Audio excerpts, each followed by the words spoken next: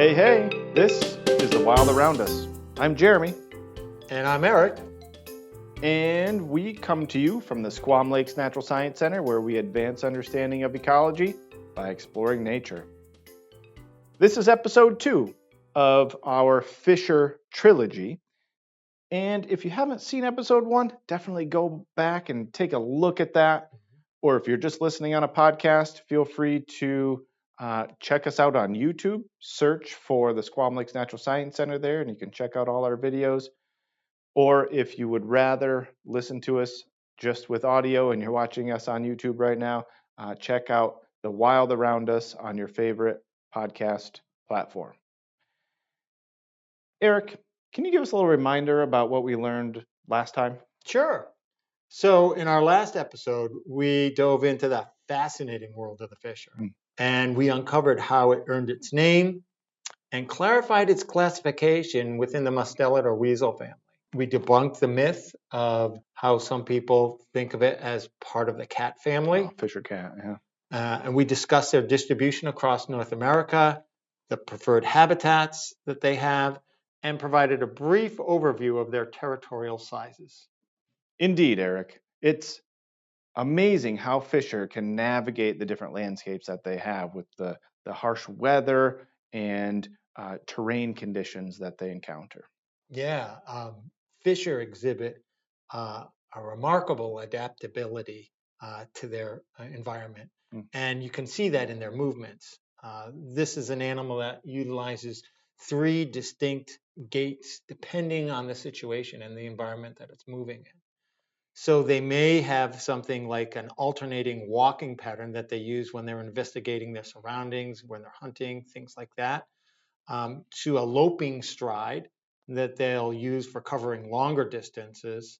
And they may even get to a bounding gait, although this is done sparingly due to its energy expenditure. And this is particularly a problem when they're in deep snow.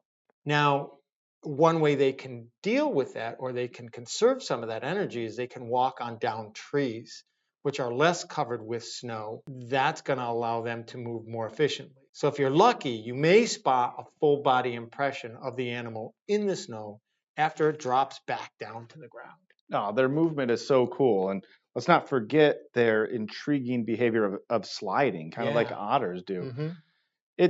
It's good for travel, of course. You can conserve energy by moving down slight slopes, but also people think it might be for scent marking, potentially even just it's enjoyable to do.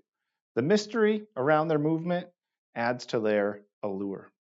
Speaking of scent marking, Jeremy, that's a crucial aspect of their communication and territorial behavior. Mm-hmm. They utilize their scent posts, often on rocks or stumps, to deposit musk, urine, or feces and establish their presence and then mark their boundaries. During winter, fisher walk or drag their bellies across small stumps, mounds of snow, or anything that protrudes above the surface. This behavior of rubbing their anal glands on scent posts deposits their musk prior to the breeding season. And then the black tarry marks that's left behind from their anal glands kind of looks a little bit like loose feces. All this movement and scent marking going on in a fisher's territory kind of seems like they'd have a central location, but I seem to remember they move around quite a bit. That's right, Jeremy. Fisher don't rely on a single den. Instead, they utilize various temporary dens scattered throughout their territory. From hollow trees to ground burrows, they adapt their dens based on seasonal and reproductive needs. Yeah. And ground burrows are most commonly used in the winter, while tree dens can be kind of used throughout the whole year. Yeah. And most often, the females are using those tree dens in the spring and summer when raising their young. Video clip of those 2 kits. That was pretty darn cool.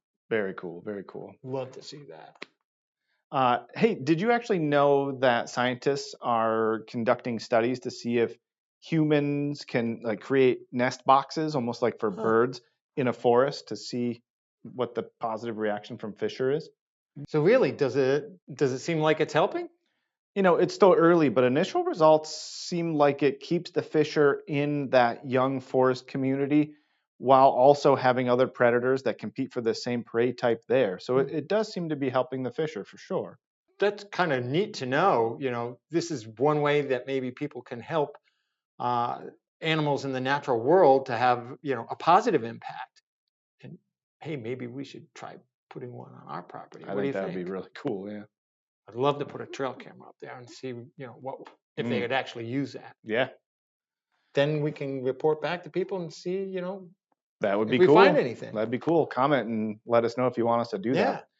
So, the next time you're out in the woods, keep an eye up on those dead trees where some holes might be and see if you think it might be a good spot for a fisher to have its young. And when you're out there, don't forget to do the important thing. Enjoy the wild around you. Thanks for joining.